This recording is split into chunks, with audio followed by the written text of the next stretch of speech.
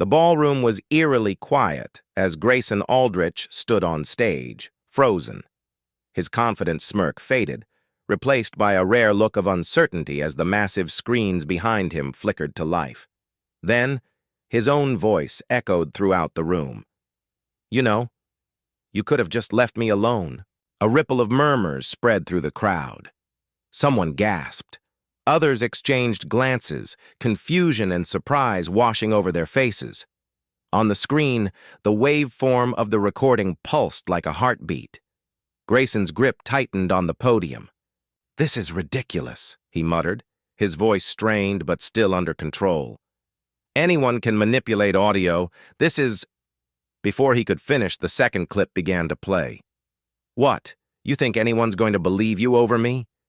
The room shifted, the tension in the air suddenly thick and charged. The Princeton admissions director set his glass down, looking uncomfortable. A member of the Windsor Academy board exchanged a glance with another donor. Lanford's face turned to stone. Grayson swallowed hard. "All right, this has gone far enough," he snapped. But it was too late. The final blow landed. "You can fight me, but you'll lose. I always win." Silence fell. Then, Callie Morgan stepped out from the shadows. She finally emerged into the light, and for the first time, Grayson Aldrich realized that he had lost. Windsor Academy wasn't just any school, it was a dynasty, a factory where the children of CEOs, senators, and Hollywood elites were shaped for a lifetime of power. The ivy-covered buildings and marble hallways weren't just for show, they were constant reminders of who belonged and who didn't. Callie Morgan understood this all too well. For the past 3 years, she had been at Windsor on a full-ride scholarship, a rare outsider among the heirs of America's most powerful families. She hadn't arrived in a private car, didn't spend summers in the Hamptons or winters in Aspen. She had earned her place here, but that didn't mean she was truly welcome. She quickly learned that Windsor had its own unwritten rules. Rule number 1, money was power. Rule number 2, the rules didn't apply to the rich. Rule number 3, if you weren't one of them, you stayed invisible. That's how she had survived until Grayson Aldrich decided to notice her. Grayson wasn't just another Windsor student. He was the prince of the school, the son of billionaire hedge fund mogul Charles Aldrich. Grayson had spent his entire life untouchable. He was the kind of guy who never heard the word no because no one dared to say it to him. Callie had witnessed him in action before. He could charm a room with a smile or a well-timed joke, but beneath that polished exterior, he was something darker. He could ruin someone's life with a whisper, then walk away laughing. And the worst part? Everyone let him. Callie had kept her distance. She stayed in her lane, kept her head down, followed the unspoken rules. But all it took was one night, one mistake, one lie, and suddenly she found herself in his crosshairs. She didn't know it yet, but her life was about to change. The night everything changed started like any other. Windsor Academy's annual charity gala, the biggest event of the year, was being held in the school's grand ballroom. It was an excuse for the billionaire parents to write 6-figure checks and for their kids to sneak off to drink expensive champagne behind the faculty's backs. Callie wasn't there as a guest. Scholarship students weren't invited to events like this. She was there as a volunteer, part of the student staff tasked with setting up tables, managing the guest list, and keeping things running smoothly while Windsor's elite drank, laughed, and made business deals. That's when she noticed Grayson Aldrich watching her. At first, she ignored it. She had no reason to be on his radar. They lived in different worlds. But by the third time, she caught him smirking at her from across the room. Something in her gut twisted. She recognized that look. She had seen it before when Grayson and his friends decided that some other unlucky scholarship kid would be their next target. It always started the same way. A passing comment, a joke at someone's expense. Then it escalated. A rumor. A prank. a humiliation so deep that the victim had no choice but to disappear. Callie had spent 3 years making herself invisible. She wasn't about to become his next target, so she did what she always did. She walked away. She didn't talk to him. She didn't engage. She didn't give him anything to work with, and for a brief moment, she thought that was the end of it. She was wrong. The next morning, her world fell apart. Callie knew something was wrong the second she set foot on campus. The air felt different. Students weren't just whispering behind their hands, they were staring. Some of them were amused, some were smug, and a few even looked guilty. A group of senior girls giggled behind their phones, eyes flicking to her before they turned away. Then she heard it. Guess she wanted attention that bad. Did you see the picture? Didn't think she had it in her. Desperate much? Callie's stomach dropped. She quickened her pace, forcing herself to keep her head high. Don't react.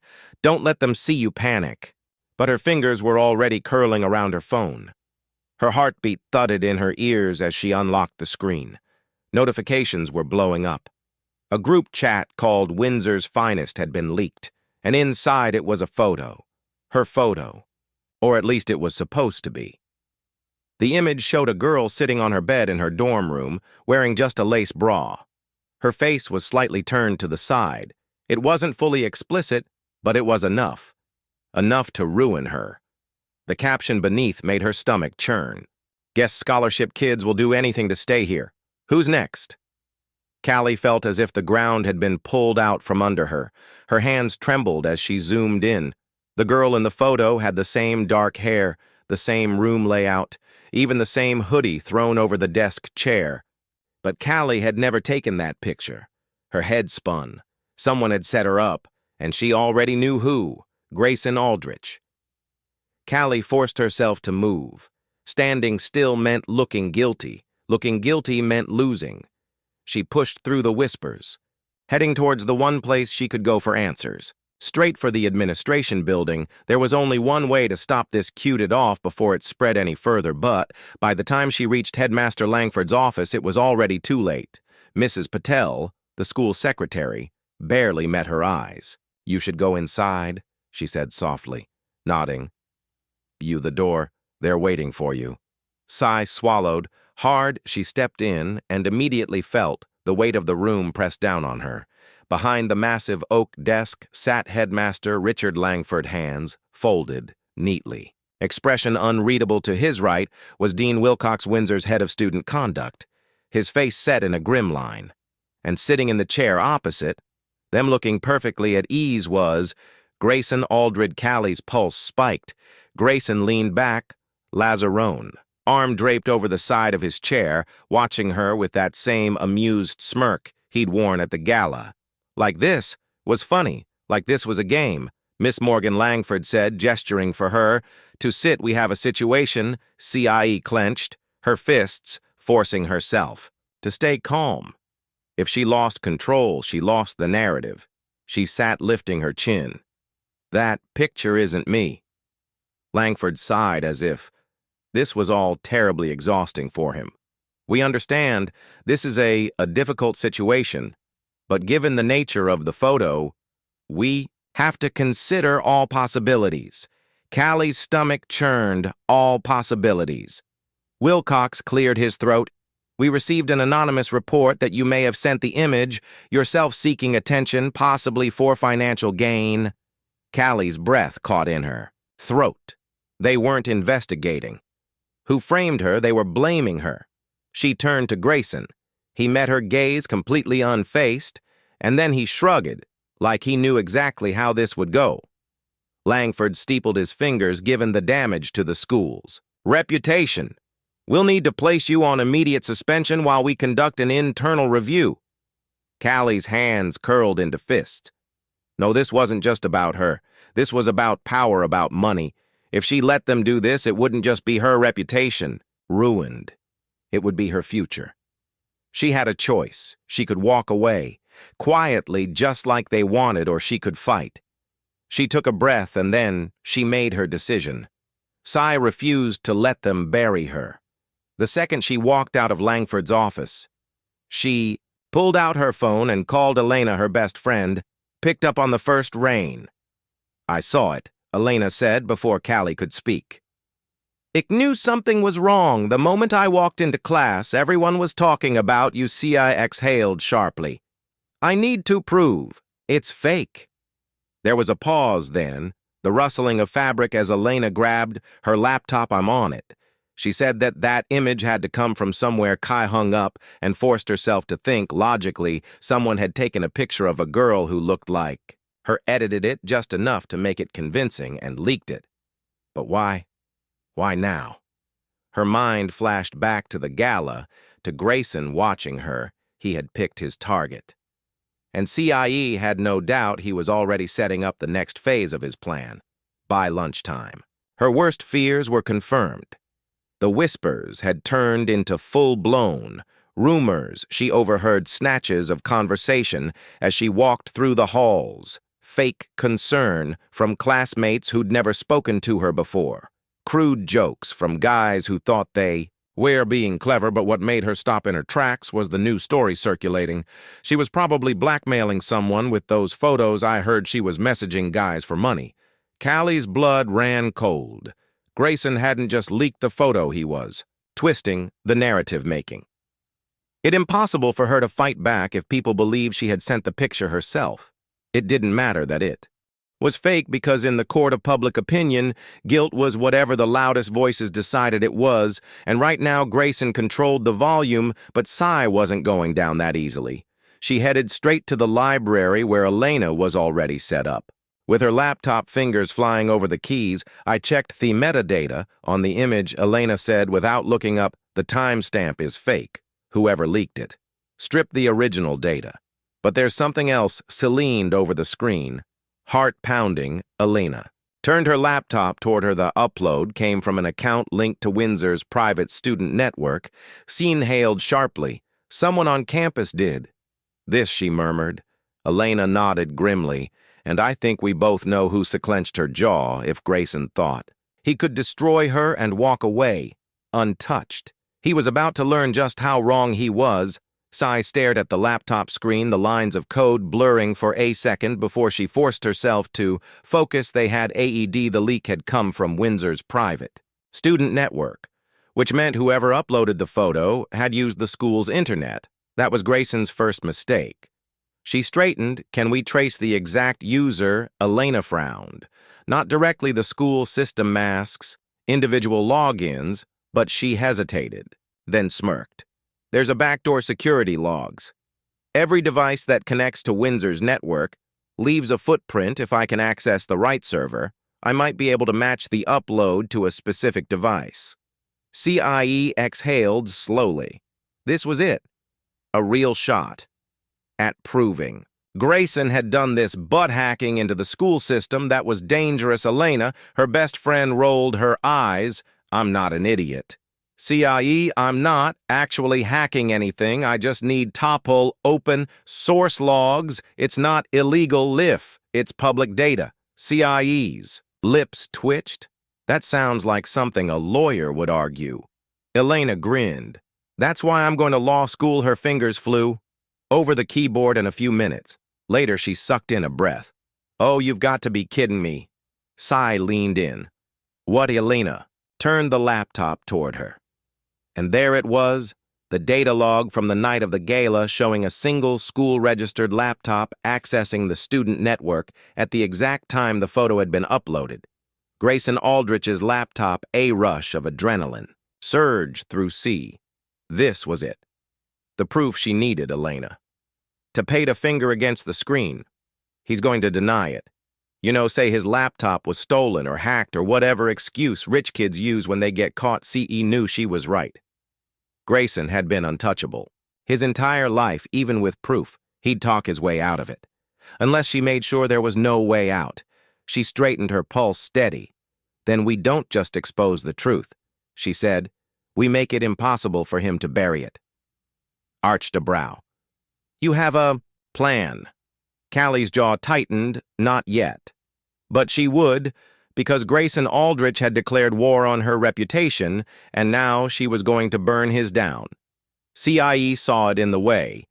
He walked through the halls like nothing had happened, the smirk he threw her in the cafeteria, the way his friends laughed just a little too loudly when she passed. But what he didn't know none of them knew was that she had proof. The problem was, proof wasn't enough. Not at Windsor Academy. Grayson's father had donated millions. To the school, the administration wouldn't touch him unless they had no other choice. And if she went to Headmaster Langford now, she could already hear the excuses. This isn't enough evidence. There's no way to know if this was truly Grayson's doing. Perhaps. It's best if we all move on. No, she wasn't giving them the option. Elena, she said, setting her tray down at their usual corner table. How hard would it be to get an audio recording from Grayson? Elena blinked. You mean like, get him to confess? CI nodded. Elena let out a slow whistle. Well, that depends. Do you think he's dumb enough to admit it? Calla glanced across the cafeteria, where Grayson was holding court with his friends, laughing like he hadn't ruined her life 2 days ago, her hands curled into fists. He's arrogant enough. Elena studied her for a moment, then grinned. Then let's make him talk. 2 days later, the trap was set. Grayson had after lacrosse practice. He always hung around the locker room, taking his time. While the other guys left, he liked being the last one out, like knowing the space belonged to him. So Cy waited until practice ended, then walked inside. Like she had every right to be there, Grayson was alone standing by the lockers. Towels slung over his shoulder, he turned when he saw her smirking. See, he drawled, didn't expect to see you here. She forced a smile, fingers tightening around the phone in her pocket. I figured it was time we talked. Grayson cocked his head, amused. You mean time for you to beg me to fix your little situation? Kai stepped closer, heart pounding. Is that what you want me begging? He chuckled. It's a start. She let the silence stretch just long enough before tilting her head. You know, you could have just left me alone. Grayson grinned, leaning back against the lockers. Where's the fun in that? And just like that, he sealed his fate, because her phone had been recording the entire time. She didn't celebrate yet. Having the confession was one thing, using it was another. She spent the next 24 hours planning her next move. The key was making sure Grayson couldn't spin thestery. If she took the recording to the administration, they'd bury it. If she tried to leak it to students, he'd call it fake. She needed to take it straight to the one place he couldn't control, the Windsor Academy Alumni Gala. It was the school's most prestigious of the year, a gathering of CEOs, senators, and Ivy League recruiters. Grayson was scheduled to give a speech about leadership and integrity. The irony was almost laughable, and CIE was about to make sure everyone saw exactly who he really was. The night of the gala, Cy slipped into the grand ballroom wearing the uniform of the event staff. She wasn't on the official volunteer list Langford had made sure of, but Elena had lifted an extra name tag, and that was all she needed across the room. Grayson stood on stage shaking hands with the head of Princeton's admissions board. His future was already set unless she changed the narrative. Sia moved fast. Elena was already in position in the tech booth, wired into the event live stream system. The second Grayson started his speech, they would hijack the feed, broadcasting the recording to every screen in the ballroom. The moment arrived faster than she expected. The lights dimmed, and Langford stepped up. To the podium, it is my pleasure to introduce a student who embodies the very best of Windsor Academy. He announced a leader among his peers, a role model for future generations. Grayson Aldrich Callie's stomach twisted, not for what she was about to do, but for the fact that he had almost gotten away with it. The applause was thunderous as Grayson stepped forward, adjusting his tie with practiced ease. He flashed his signature grin, completely unaware that everything was about to fall apart. Then Elena's voice crackled in Cy's earpiece. We're live in 3, 2. The second Grayson opened his mouth, the screens behind him flickered, and then his own voice filled the room. You know, you could have just left me alone. A hush fell over the crowd. Where's the fun in that? Gasps rippled through the ballroom, heads turned whispers. rising on the screens. The text of Grayson's speech disappeared, replaced by a waveform of the audio file, and for the first time in his life, Grayson Aldrich had nothing to say. Grayson froze. The ballroom, once filled with polite conversation and admiration, had gone, completely silent. The only sound left was his own voice echoing from the speakers, sealing his fate. "You know, you could have just left me alone. Where's the fun in that?" The words hung in the air, twisting like a knife. Sigh watched from the shadows, heart pounding as their actions spread like wildfire. Some guests gasped, others whispered in shock. Few pulled out their phones already, recording the Princeton admissions director, the same one Grayson had been schmooing minutes ago, stiffened. Langford, standing at the podium, went rigid. His gaze darted toward the tech booth, toward the malfunctioning screens. He had no control over this. Grayson's face paled, his mouth opening and closing, like he was struggling to process what had just happened. Then, finally, he moved. He turned to the crowd, plastering on the same easy smirk that had gotten him out of trouble his whole life. "I think we all know how easy it is to manipulate audio," he said. His voice is smooth, controlled. "This is obviously," and then the next clip played, "what you think, and one's going to believe you over me." A ripple of shock went through the room. "You can fight me, but you'll lose." "Always win," C exhaled. She had been waiting for this moment, because now it wasn't just a single clip, it was a pattern, it was a confession, and with every passing second more and more, people in the room were realizing exactly who Grayson Aldrich was. The power in the room had shifted. Grayson saw it. Too, panic flickered behind his eyes. He turned to Langford, waiting for the headmaster to step in to clean up his mess like he always had. But this time Langford just stood there frozen, because even he couldn't spin this. Seth stepped forward, finally stepping into the light. Grace saw her, and for the first time he looked afraid, because he'd lost, and he knew it. The silence didn't last long. Once the weight of their recordings settled over the room, the whispers erupted into full-blown chaos. Grayson Aldrich, the golden boy of Windsor Academy, had been exposed in front of everyone who mattered. Langford moved first, gripping the edges of the podium like he was trying to steady himself. "That's enough," he barked, his voice tight with desperation. "There's been a clear breach of protocol. This event is over." "It's not over." A voice cut in CIE. She stepped forward from the shadows, her heart pounding, but her voice steady. She wasn't invisible anymore. "This isn't a breach of protocol," she said, eyes locking on to Langford's. "This is proof." The room shifted. A handful of people nodded in agreement. Others watched with narrowed eyes, assessing the situation, recalculating, but the ones who mattered, most the alumni, the donors, the board members, looked furious, not at her, at Langford, at Grayson, because this wasn't just a scandal, this was a liability. Grayson finally snapped out of his daze, stepping forward, his smirk gone. "This is ridiculous," he spat. "She's just some scholarship charity case looking for attention." The insult would have worked any other day, not today. The Princeton admissions director, who had been shaking Grayson's hand just minutes ago, turned and walked out. Of the board members followed. Then another. Grayson saw it happening, his power, his connections, his carefully crafted image all slipping away, and there was nothing he could do to stop it. He stood tall, watching it unfold. This was the moment he realized he wasn't untouchable anymore. And it was only the beginning. Grayson lunged forward, his carefully composed mask cracking. "You think this changes anything?"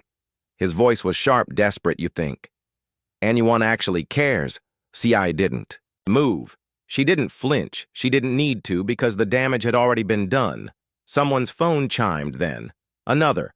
Across the ballroom, guests were checking their notifications, their faces shifting from curiosity to shock. The recordings were spreading. Elena had made sure of it. Within minutes, everyone at Windsor Academy would hear Grayson admitting exactly who he was. Langford was losing control of the room. He turned to CI, his expression a careful mix of authority and barely contained fury. "Miss Morgan, you have violated Windsor Academy's policies regarding student conduct and privacy. We will be conducting a disciplinary hearing immediately." Sigh almost laughed. Even now he thought he could make this disappear. She opened her mouth to respond, but someone beat her toit. "I don't think that will be necessary." Deep voice rang out from the back of the ballroom. The crowd parted instantly, and then Charles Aldrich Grayson's father stepped forward. She had never spoken to him before, but she had seen him on TV and Forbes magazine in articles about billion-dollar hedge funds. He was one of the most powerful men in the country, and right now his expression was unreadable. He walked past C without a glance, stopping directly in front of his son, Grayson. Paled dad this is. But Charles lifted a hand, and Grayson immediately shut up. The silence in the room was absolute. Then finally, Charles turned to Langford. "You assured me that Windsor Academy upheld the highest standards," he said smoothly. "Yet I've just witnessed my son publicly humiliate himself, damage our family's reputation, and jeopardize his future because you let him believe he was untouchable." Langford looked like he'd been slapped. "Mr. Aldrich, enough." Charles straightened, adjusting his cufflinks. Like he was already done with the conversation. "My son no longer attends this institution." Grace sucked in a sharp breath. "Dad, Charles didn't even look at him. You'll be leaving first thing in the morning." The finality in his tone was unmistakable. Grayson had been expelled, and it wasn't the school that had done it. It was his own father. Cy watched as Grayson finally understood he hadn't just lost, he had been discarded. Grayson Aldrich, the untouchable golden boy of Windsor Academy, had just been erased in real time. The room stayed frozen. For a long moment, Grayson didn't speak, didn't move. His father had stripped away his power with a single sentence. And just like that, he wasn't Windsor's prince anymore. CIE waited for the satisfaction to hit. It didn't, because, in the end, Grayson wasn't the real problem. The problem was the system that had protected him, the people who had looked the other way, the ones who had let him believe he could do anything and never face consequences. And standing at the center of it all was Headmaster Langford. He cleared his throat, trying to recover. "Mr. Aldrich," he started, "I assure you that Windsor Academy will conduct a thorough no. You won't." Side turned toward the voice, one of the board members. She was an older woman, elegant, composed. And judging by the way Langford went pale, she was someone important. She looked toward Syathan, back at the headmaster. "This is the second time tonight I've heard you try to silence a student instead of addressing a problem." She said, "Windsor Academy doesn't need leadership like that." Langford stiffened. "I don't think." Effective immediately, she continued, "the board will be reviewing your tenure." Sai didn't need a translation. Langford was done for the first time since stepping into Windsor Academy. She felt the weight start to lift. The system wasn't fixed. Not yet. But tonight she had broken it open the next morning. Windsor Academy was different by the time C.I. Stepadanto campus. Grayson was gone. His nameplate had been removed from his locker, his usual seat. In the cafeteria was empty. Students whispered about him, but no one said his name too loudly. Elena was waiting for her by the front steps. So she said, crossing her arms, "How does it feel to take down an empire?" She exhaled, glancing around the school that had once felt like a cage. "It's not about taking them down," she said. "It's about making sure they can't ignore us anymore." Elena smirked. "That's a pretty good start." Though CIE smiled for the first time in days. Then, without another word, she stepped forward into the future she had fought for. "Thank you for being part of this story." To everyone who followed this journey, thank you. This wasn't just astery about power and privilege. It was about fighting back, refusing to be silenced, and exposing the truth. No matter the cost. If this story kept you on the edge of your seat, if it made you root for justice, or if you just love a good twist, make sure to subscribe to Daily Unexpected Story. Hit the subscribe button to stay updated on our latest thrilling stories. Like and share if you enjoyed this journey. And want more, turn on notifications so you never miss the next shocking twist, because every story has a secret waiting to be uncovered. See you in the next one.